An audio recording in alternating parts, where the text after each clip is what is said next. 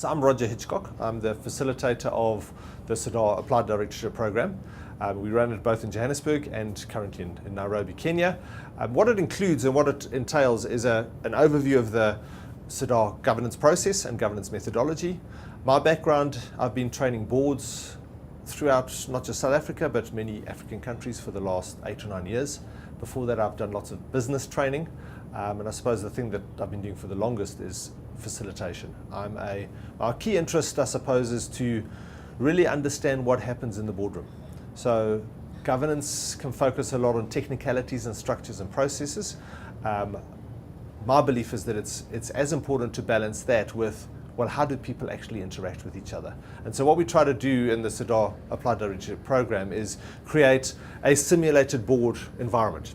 So it's not just some academics, it's not just going through textbooks. It's actually simulating what a board would talk about, would discuss, would look like.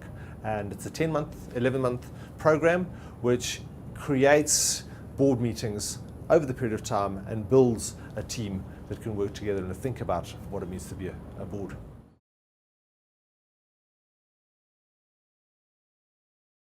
Even though every company pretty much has a board, there are very few people who've been formally trained to be a director.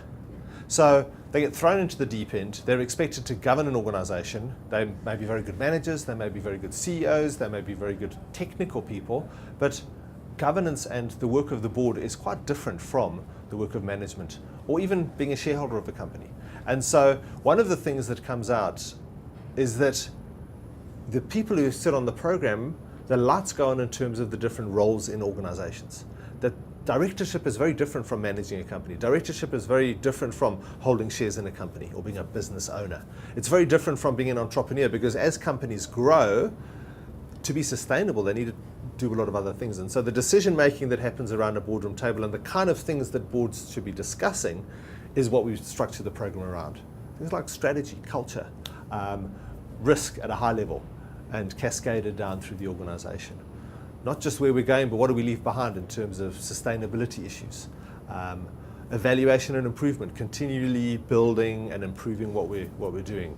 So those are a key set of topics that we talk about, and there's a lot of value in talking about things that many people haven't been exposed to, as well as revisiting areas of need that many boards don't go into in enough depth. They go through governance as a tick the box exercise or agenda exercise as opposed to a real business leadership exercise.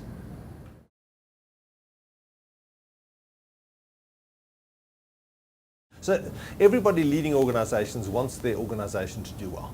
I think that's a fundamental understanding. Whether you're a shareholder, people invest in companies because they want them to do well. Whether you run a company, you want it to do well. But as companies develop, so this gap called governance opens up, whereas it's not so much about delivering returns to shareholders or even just doing the work, but it's actually engaging the brain. And the board is effectively the brain of a company. And decisions have to take more things into account than a small company starting up. They can't only take into account the fact that they want to deliver returns to shareholders.